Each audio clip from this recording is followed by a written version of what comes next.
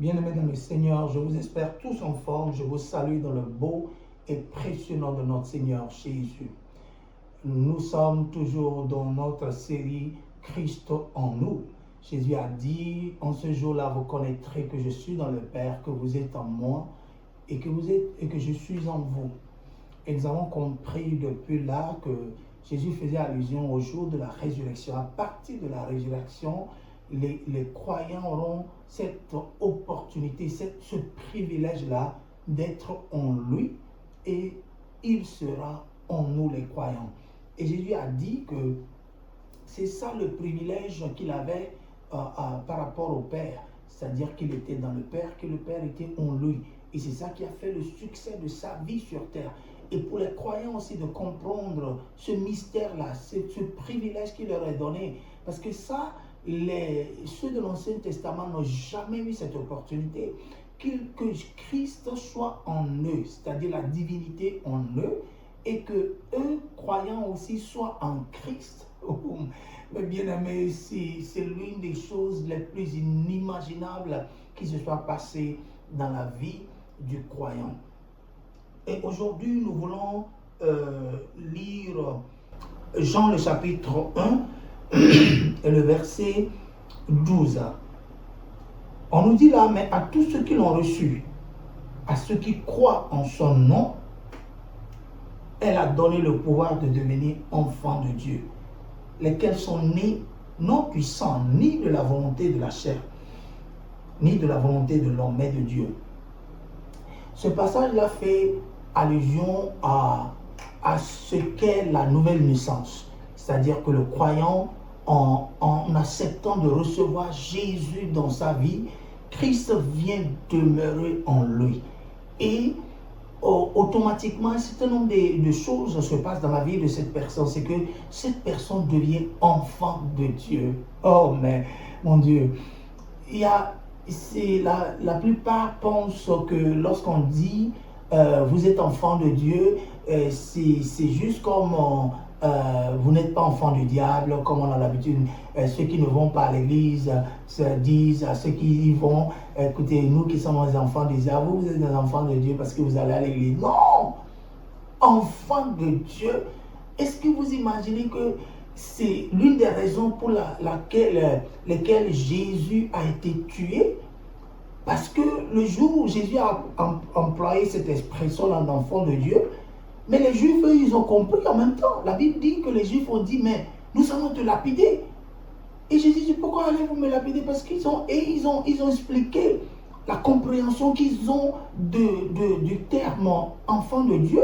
Ils ont dit, mais nous ne te lapisons pas à cause des œuvres que tu fais ou de quoi que ce soit, mais parce que toi, humain, tu te fais passer pour Dieu. C'est la raison pour laquelle nous voulons te lapider. Nous devons te lapider. Tu es digne de la mort. On doit te tuer.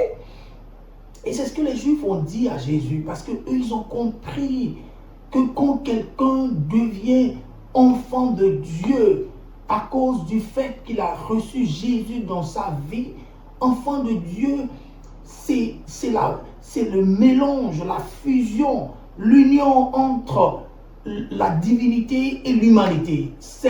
C'est l'humain divin, si on peut le dire ainsi. C'est-à-dire que la personne, elle est humaine, c'est-à-dire qu'elle est un humain, mais en même temps, elle est un divin. C'est ce mélange-là qui fait de la... Et c'est ça ce que les Juifs ont compris. C'est pour cela que les Juifs ont dit, mais toi qui es un homme que nous connaissons, tu es né de Joseph ici, de Marie, tu te fais passer pour Dieu. Ils ont compris. Mais malheureusement, le croyant ne le comprend pas aujourd'hui de cette manière. Parce qu'on ne capitalise pas sur notre divinité.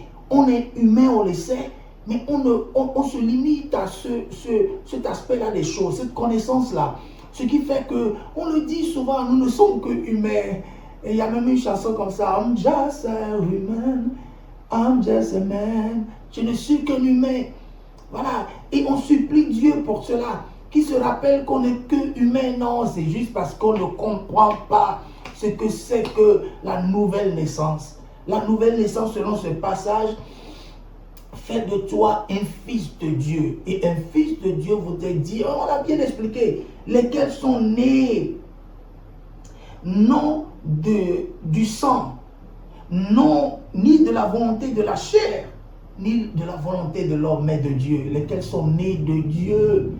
Et vous vous rappelez le passage de 1 Jean 5,4 qui dit, petit enfant, non 4,4 qui dit, vous êtes nés de Dieu et vous les avez vaincus. Vous êtes nés de Dieu. Vous avez vaincu parce que vous êtes nés de Dieu. Vous voyez là, c'est juste parce qu'on est né de Dieu qu'on a vaincu le monde. Qu'on a vaincu le monde avec tout ce qui le renferme. Nous l'avons vaincu non pas à cause de notre effort, non pas à cause de nos luttes, de notre investissement, de nos efforts, de nos quoi que ce soit, de notre intellectualisme, de nos expériences, parce que nous avons... Non. Juste parce que nous sommes nés de Dieu. Et il faudrait que le croyant passe du temps à connaître cette nouvelle naissance. C'est-à-dire qu'on a deux naissances en fait, le croyant. Et Jésus l'a bien expliqué sur ce qui est chair est chair. Ça, c'est la première naissance de l'homme. De l'homme, oui. Maintenant, la deuxième naissance de l'homme, qui est la nouvelle naissance, c'est lorsqu'il reçoit Jésus dans sa vie. La Bible l'a traduit ou bien décrit comme étant la naissance de l'esprit. Et Jésus a dit ce qui est esprit est esprit. Ce qui veut dire que celui qui est humain et qui ne connaît pas Christ, qui n'a pas reçu Christ dans sa vie, est que chair. Bien qu'il ait une âme et un esprit, mais il n'est que chair. Il se limite à la chair. Il n'est que chair. Ce qui est né de la chair est chair. Il est né d'un humain et il se limite à là. Mais le croyant n'est pas que chair. Le croyant, à partir du moment où Jésus il a reçu le Seigneur dans sa vie, il est esprit. Ce qui est esprit, Jésus a dit. Et à partir de ce moment, toutes les capacités de la divinité, il devient participant même de la divinité. Tout ce dont Dieu est capable, toutes ces capacités lui sont transmises. Vous voyez là, c'est ça la nouvelle naissance et c'est ça ce que nous recevons lorsque nous naissons de nouveau.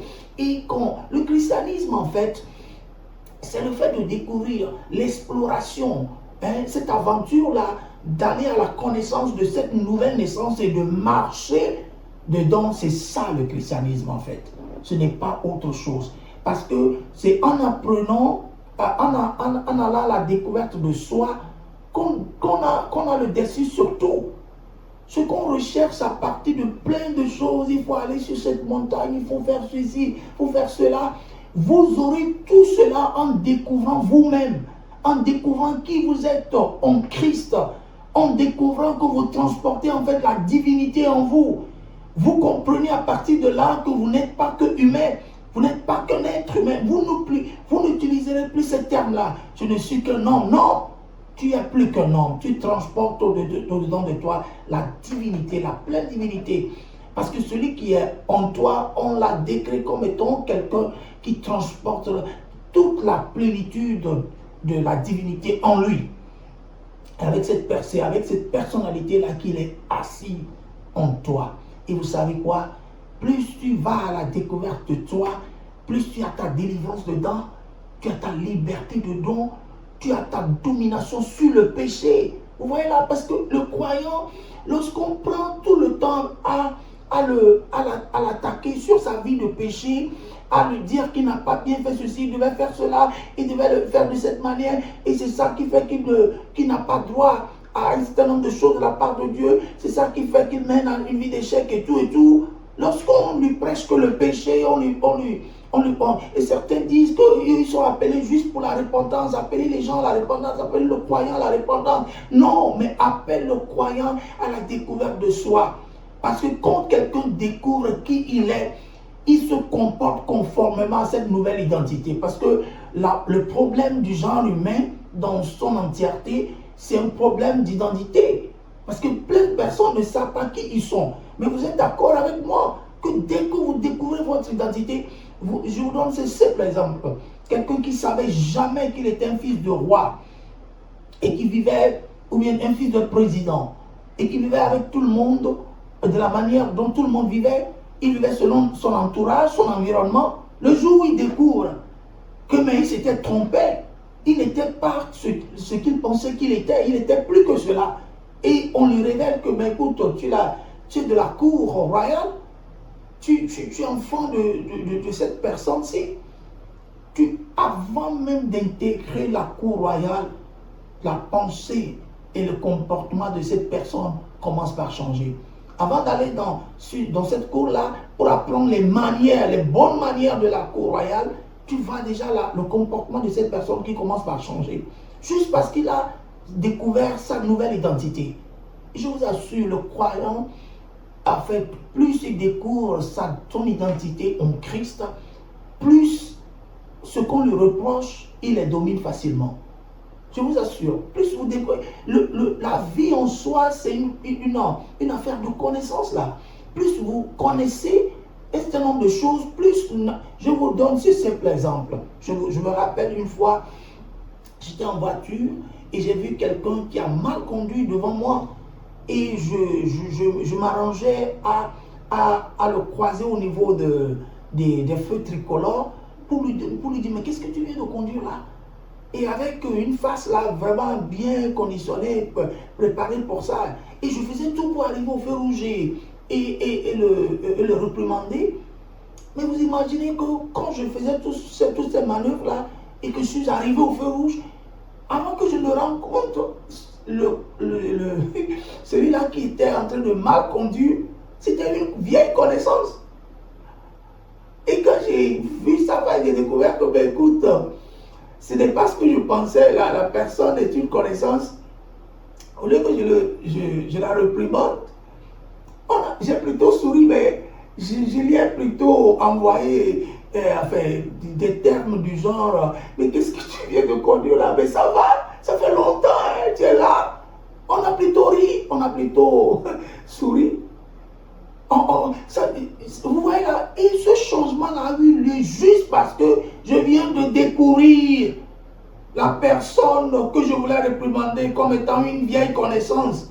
Ce n'est pas parce que l'Esprit de Dieu est venu sur moi ou que le Seigneur m'a dit, mon fils, ne le réprimande pas. Non, rien de tout cela, juste parce que je viens de le connaître, je viens de réaliser que celui que je veux réprimander, je voulais réprimander, est une vieille connaissance. J'ai souri, j'ai plutôt ri. Vous voyez là, juste parce que j'ai connu la personne. Donc, le croyant, plus il se découvre, plus son changement est immédiat. Son changement est immédiat, est automatique. Vous voyez là, et là, je suis en train de te dire que ce que tu es devenu après avoir reçu en toi ce don-là, c'est que tu es devenu un fils de Dieu. Et un fils de Dieu, c'est un autre être en soi. Il est la fusion de la divinité et de l'humanité. Il est un humain qui transporte en lui la divinité, et pas n'importe laquelle. La divinité venant de Christ. C'est ça ce que le croyant transporte avec lui 24/24. Et plus tu marches dans... Et c'est pour cela que le Colossiens chapitre 2, le verset 6, le Christ que vous avez reçu, marchez en lui. Marchez dans cette connaissance-là, dans cette nouvelle donne-là, dans cette nouvelle dynamique, marchez dedans. N'allez plus à gauche ni à droite, ne vous focalisez plus sur vous-même, mais dans cette nouvelle identité, marchez là-dedans. C'est ça le christianisme.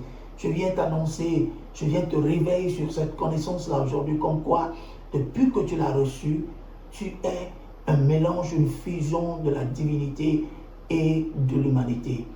Ne te concentre plus sur ta divinité, sur ton humanité, mais apprends à découvrir ta nouvelle identité qui est la divinité que tu transportes dorénavant en toi. Et marche dans cette nouvelle connaissance. Tu verras que ta vie sera totalement remplie d'une certaine maturité, d'un certain courage, d'une certaine assurance. Voilà, parce que tu sais qui tu es. Que le Seigneur te bénisse. Amen.